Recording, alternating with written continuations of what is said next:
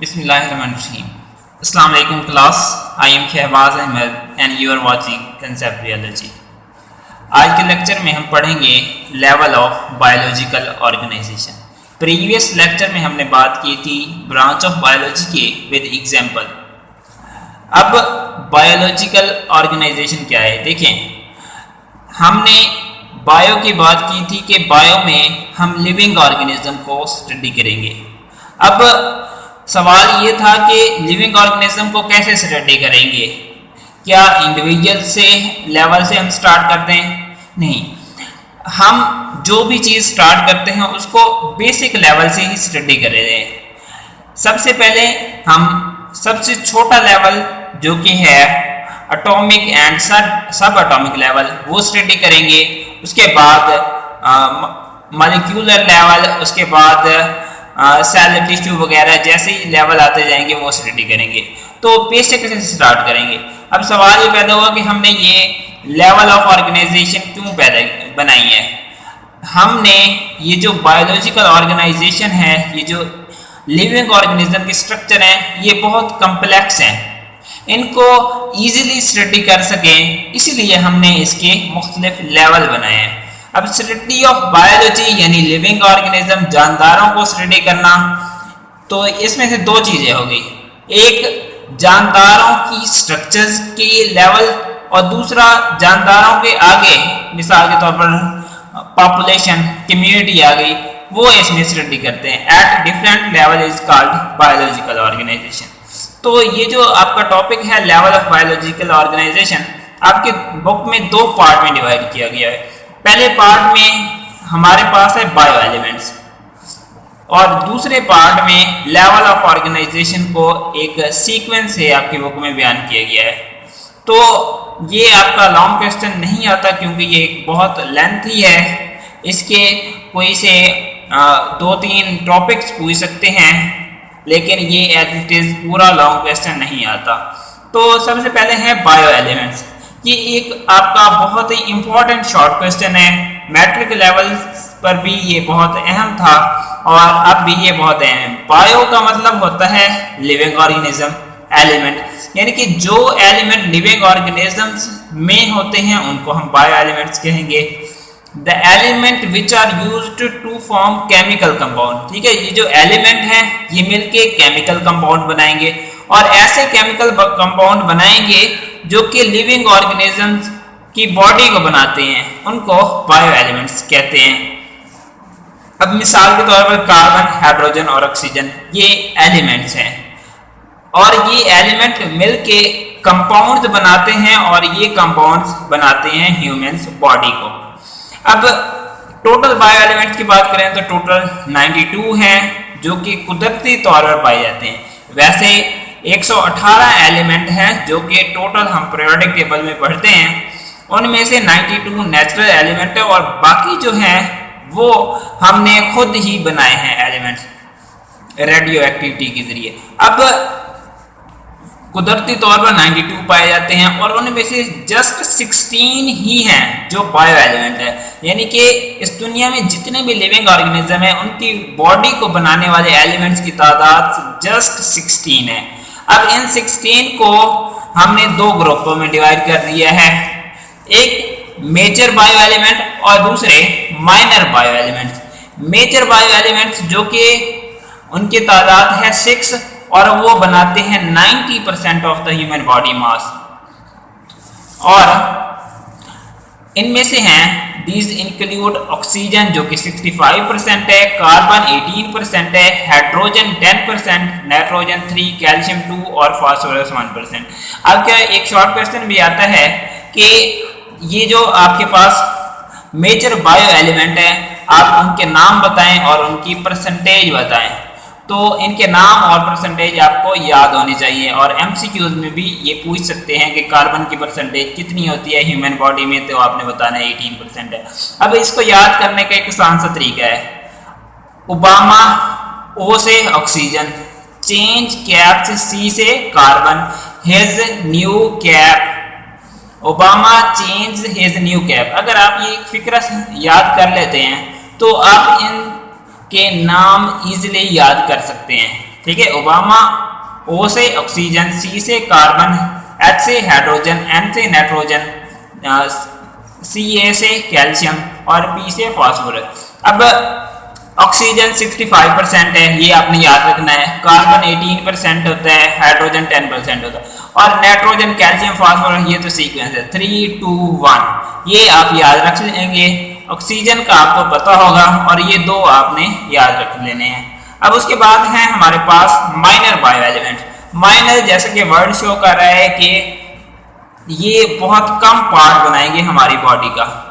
अब 6 थे major bio elements जो कि 99% बना रहे हैं और ये माइनर हैं, इनकी तादाद है 10 और ये बनाते हैं हमारी बॉडी का जस्ट 1% पार्ट। अब इन माइनर बायो एलिमेंट्स के नाम भी आपको याद होने चाहिए और इनकी परसेंटेज भी आपको याद होने चाहिए। 6 की दी हुई है, 6 की याद होने चाहिए। Potassium, sulphur, chlorine, sodium, magnesium ये है और इनकी परसेंटेज भी दी हुई है। अब ये मैं आप लोगों को कैसे याद करवाता हूँ। काशिफ, सेव्ड, नमक। नमक में आपको पता होता है NaCl होता है। नमक, मैग्नीशियम और आयरन, यानी काशिफ ने इन चीजों को सेव किया। क्यों सेव किया? क्योंकि कोरोना में आयोडीन जरूरी है। ठीक है, कोरोना में ये कहा जा रहा था ना, कोरोना जब आया था तो आयोडीन वगैरह यूज की जा रही थी और आयरन वगैरह की टेबलेट्स वगैरह यूज की जा रही थी, विटामिन वगैरह। तो इसने इन चीज़ों को सेव किया ताकि, क्योंकि कोरोना में आयोडीन ज़रूरी है। और अगर आप ये सेंटेंस याद रख लेंगे तो आपको इनके नाम सीक्वेंस वाइज हो जाएगा याद। के से काशिफ से पोटाशियम, सेव से सल्फर, नमक, नमक में NaCl है और क्लोराइड Cl होता है, Na ये है। उसके बाद मैग्नीशियम, उसके बाद आयरन, उसके बाद कोरोना से कॉपर, में से मैग्नीज, आयोडीन से आयोडीन, जरूरी से जिंक और है एक्स्ट्रा। अब इनकी परसेंटेज कैसे याद रखनी है? ऐसे करें 0.3, 0.2, 0.1, 0.1 और 0.0 ये याद कर लें। 3, 2, 1, 1 और 0 और यहाँ पे लास्ट में 5, 5 लगाते हैं तो यहाँ तक आपको याद हो जाएगा। और लास्ट में है आयरन, आयरन 0.004 ये आपने याद रख लेना है। अब उसके बाद है, अब ये एलिमेंट्स यूज होते हैं और बहुत सारे केमिकल रिएक्शंस में। अब कम्प्लेक्सिटी की बात करेंगे। जैसे कि मैं आपको बता रहा था कि जो लिविंग ऑर्गेनिज्म के स्ट्रक्चर हैं वो बहुत ज़्यादा कम्प्लेक्स हैं। उनको स्टडी करने के लिए, अपनी आसानी के लिए हमने उनको छोटे लेवल में डिवाइड किया है ताकि उनके जो अवामिल हैं, जो काम हैं, वो हम अच्छे तरीके से अंडरस्टैंड कर सके। Biological organisation is not simple, simple तो बिल्कुल नहीं है, हाई डिग्री ऑफ कम्प्लेक्सिटी है और इसके in order to understand the various phenomena of life, जिंदगी के मुख्तलिफ अवामिल को समझने के लिए biologist divides it at different levels. अब सबसे पहला लेवल है atomic and subatomic level. आपने केमिस्ट्री में पढ़ा होगा कि एटम होता है, एटम के दरमियान में न्यूक्लियस है, न्यूक्लियस में प्रोटॉन और न्यूट्रॉन होते हैं और बाहर इलेक्ट्रॉन होते हैं। अब एटम के अंदर जो भी पार्टिकल हैं ये हैं सब एटॉमिक पार्टिकल। अब जो भी चीज है, चाहे जिंदा हो चाहे नॉन लिविंग हो, वो इन एटॉमिक और सब एटॉमिक पार्टिकल से तो मिलके ही बनेगा। All living and non-living things are made up of atoms, और these atoms are composed of subatomic particles such as electron, proton और neutron। अब ये पहला लेवल था subatomic and atomic level of organization, subatomic and atomic level। ये आपके paper में बिल्कुल भी नहीं आता। उसके बाद मॉलिक्यूलर लेवल है।